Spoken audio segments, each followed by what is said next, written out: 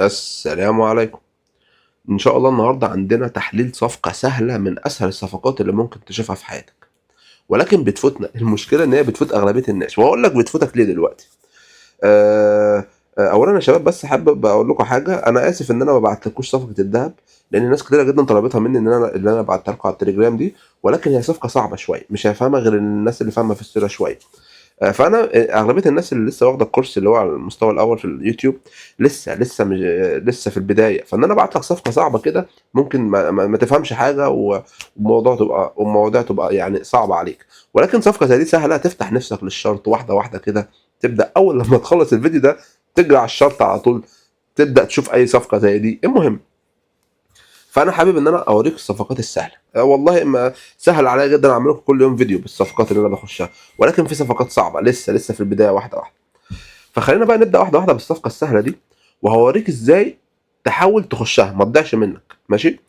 في البدايه كده خلينا واحده واحده نبدا من الاول. انا دلوقتي عندي لما باجي احلل، انا يا شباب بستخدم الاربع ساعات والربع ساعه، ما بستخدمش غيرهم. اوقات بفتح اليومي، اوقات بفتح الساعه، ولكن انا افضل طريقه شغاله معايا هي اربع ساعات وربع ساعه. فانا دلوقتي لما باجي احلل من البدايه كده، هبدا احلل من اعلى قمه واضحه معايا. السعر زي ما احنا شايفين عمل لي هنا اعلى قمه، بعد كده نزل كسر لي ادنى قاع، وهو كان عامل لي هنا في البدايه هنا او القاع ده كان واخد لي هنا السيوله، فخلاص بقى قاع قوي.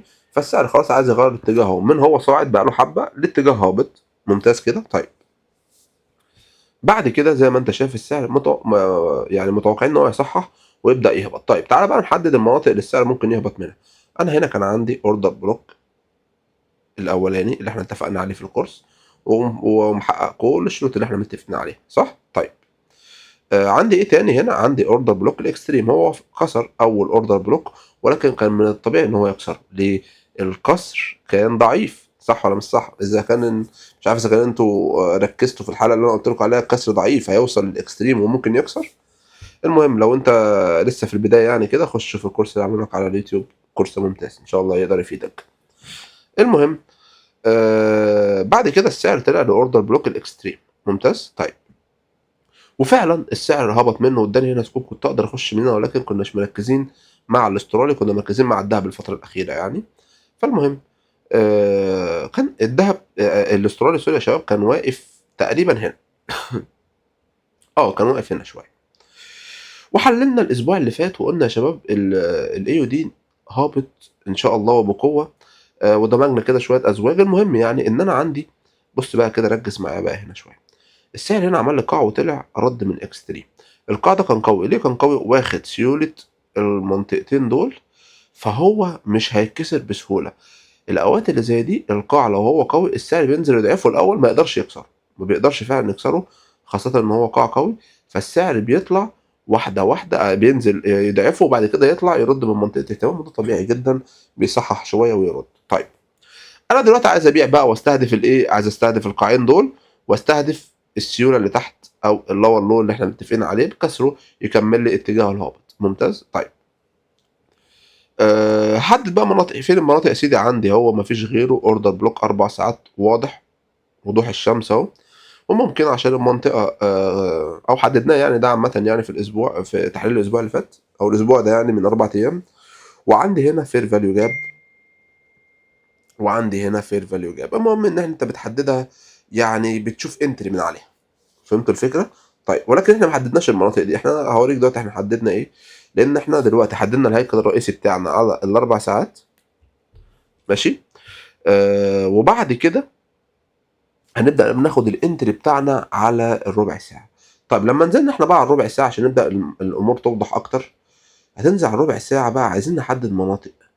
واحنا بالفعل حددنا منطقه وهي دي، عشان نصغر المناطق شويه ونمسح لي الاربع ساعات ده.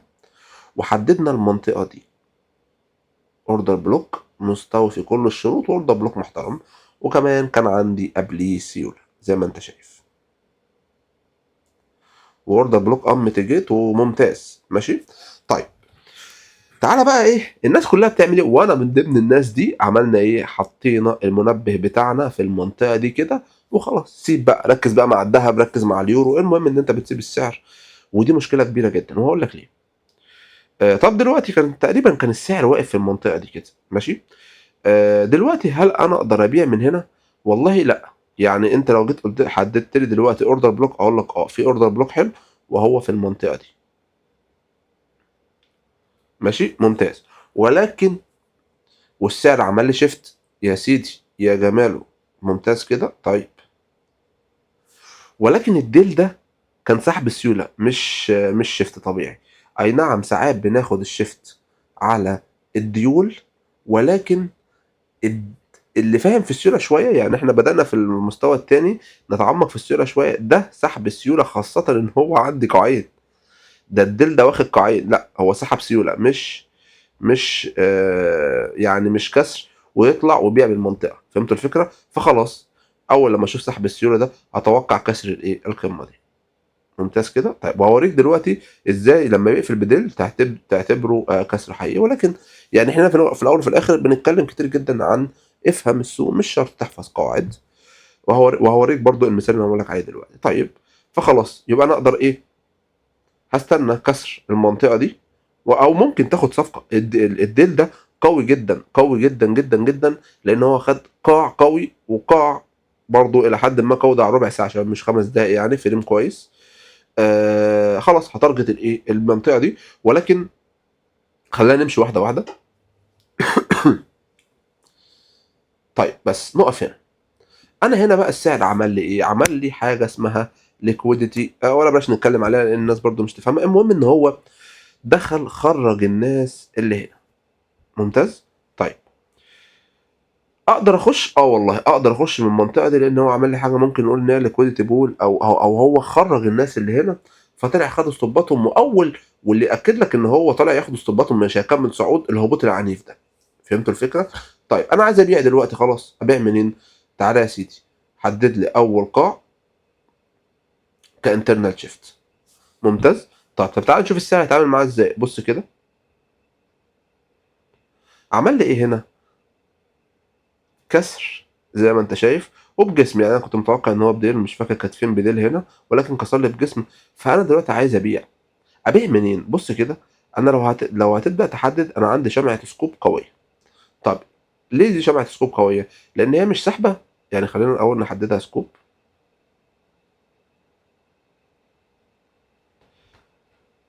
سكوب ايوه. ليه يا سيدي شمعة سكوب قويه مش هو في ايه ما حددتش ليه؟ الله في ايه؟ ماشي مش مهم. طب ليه يا سيدي دي شمعة سكوب قوية؟ أولا الشمعة دي مش سحبة شمعة ولا اتنين ولا تلاتة وأربعة، دي سحبة قمة أو ممكن نقول دي يعني قمة هي يا سيدي لو دي مش عاجباك.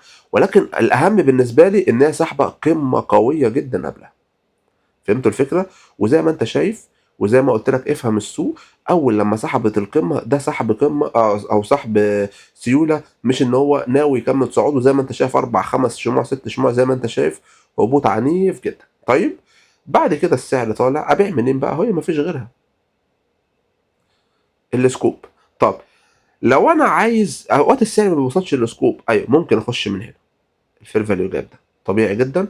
اخش من هنا وابدا احط ستوب فوق المنطقه. صفقه سهله وبسيطه والله العظيم الصفقات دي ما فيها اسهل منها.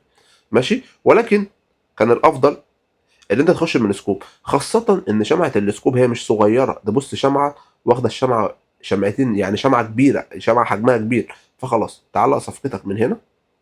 حط ستوبك فوق المنطقه 3 4 5 بيب كده عشان السبريد. والتارجت بقى ايه؟ تتارجت ال4 ساعات صح. اولا التارجت الاولاني بالنسبه لنا كان فين؟ ركز معايا. اللي هو القاع القوي اللي احنا قلنا عليه ضعفه في المنطقه دي خلاص ده تارجته وانا مطمن.